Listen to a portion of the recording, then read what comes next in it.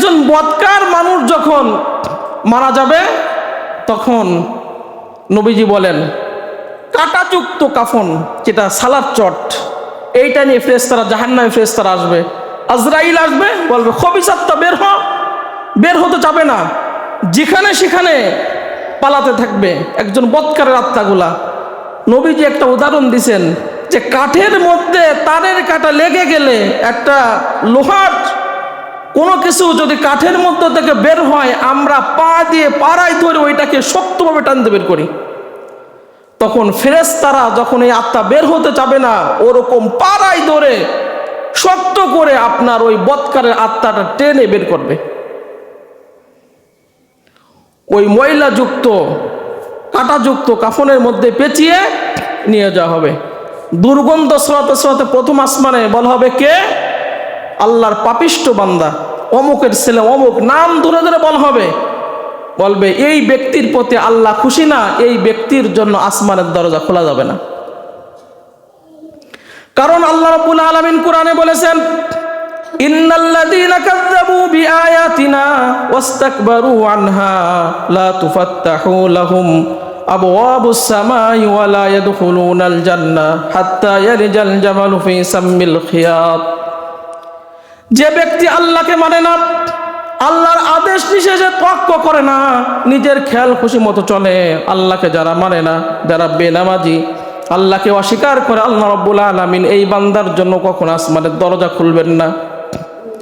শুধু আসমানের দরজা খুলবেন না বিষয়টা এরকম না, ওই ব্যক্তির জান্নাতে যাওয়া অতটাও সম্ভব, সূর্যের সামান্য ছিদ্র দিয়ে উট প্রবেশ করা যতটা সম্ভব, ওই ব্যক্তিকে জান্নাতে যাওয়া ওই ব্যক্তির জন্য ততটাও অসম্ভব। চিন্তা করছেন?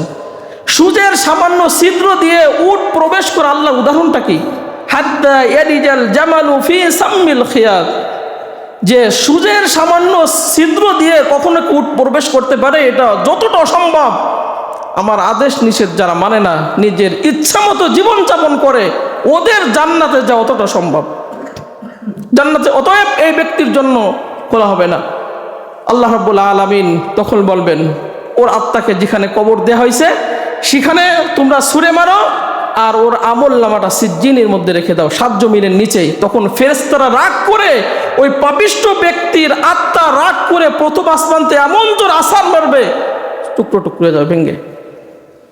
চিন্তা করছেন? আপনি যদি পাপিষ্ঠ বান্দা হন, বেনামাজি বান্দা হন, ফেরেশতারা উপরে উঠবে না, রাগ করে আপনার আত্মাকে ছুঁড়ে মারবে জমিনে। আপনাকে কবরে রাখা হবে, আবার উঠায় বসানো হবে, আবার সেম 4টা প্রশ্ন করা হবে, যেটা আমরা বলছিলাম যে পরজগতে কি কি প্রশ্ন সম্মুখীন হতে হবে, তার মধ্যে কবর হচ্ছে 4টা, বাকিগুলো সামনে বলছি, খুব খেয়াল করেন। 4টা প্রশ্ন যখন পাপিষ্ঠকে দেওয়া হবে, আপনি দুনিয়ায় থেকে 4টা প্রশ্ন মুখস্থ করে গেলেন, কিন্তু আপনি তো আল্লাহ ইবাদত করে কবরে যান নাই, ওই 4টা প্রশ্ন একটাও জবাব দিতে পারবেন না, শুধু পারবেন লা আদরি, হাই আমি তো কিছুই জানি না। তখন আল্লাহ রাব্বুল আলামিন বলবেন আমার এই বান্দা মিথ্যা বলছে, তার রব আমি, তার জীবন ব্যবস্থা ছিল ইসলাম, তার নবী ছিল মুহাম্মদুর রাসূলুল্লাহ সাল্লাল্লাহু আলাইহি সাল্লাম, অতএব তার কাছে আমি কিতাব পাঠিয়েছিলাম, সে চাইলে কিতাব পড়ে পড়ে এসব কিছু জানতে পারতো, আমল করতে পারতো।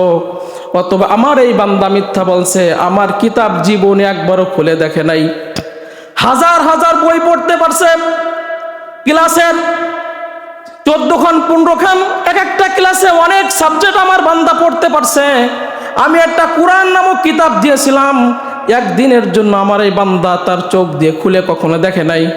অতএব আমার বান্দা মিথ্যা বলছে, তার রব হচ্ছে আমি, তার জীবন ব্যবস্থা ছিল ইসলাম, তার নবী ছিল মুহাম্মদুর রাসূলুল্লাহ সাল্লাল্লাহু আলাইহি ওয়াসাল্লাম। অতএব আমার এই বান্দার জন্য কি করো, জাহান্নামের আগুনের বিছানা বিছায় দাও, কবরে জাহান্নামের আগুনের পোশাক পরিয়ে দাও, জাহান্নামের একটা দরজা খুলে দাও, জাহান্নামের আগুন তার কবরে ভরে দাও। এই জন্য বিশ্বনবী মুহাম্মদুর রাসূলুল্লাহ সাল্লাল্লাহু আলাইহি সাল্লাম বলেন আল কবরু রাউদাতুম মিন রিয়াদিল জান্নাহ আও হুফরাতুম মিন হুফারিন নার।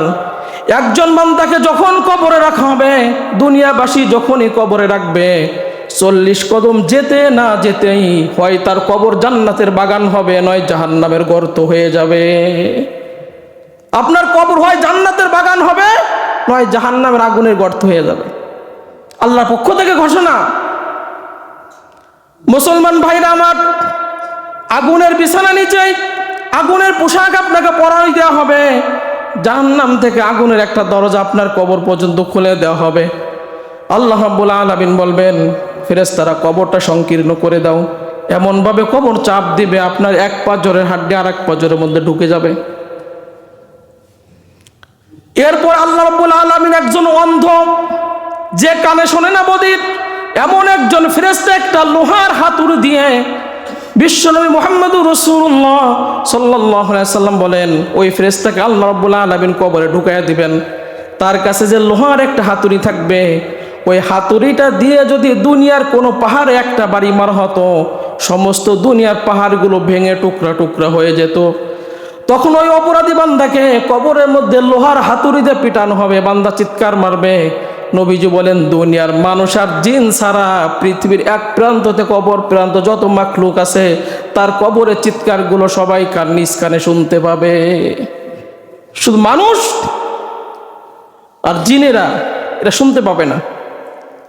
তাহলে বদকারকেও 5-4টা প্রশ্ন কবরে করা হবে, নেককার ব্যক্তিকেও 4টা প্রশ্ন কবরে করা হবে।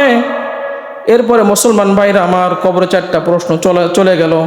আখেরাতে যখন আল্লাহ রাব্বুল আলামিন উঠাবেন, 4-5 নাম্বার প্রশ্নর আপনার সম্মুখীন হতে হবে। আমরা আজকে বলবো যে পরকালে কি কি প্রশ্নের সম্মুখীন আপনার হতে হবে আল্লাহর কাছে। এই প্রশ্নের জবাব না দিয়ে আপনাকে সামনে এক কদম বাড়তে দেওয়া হবে না।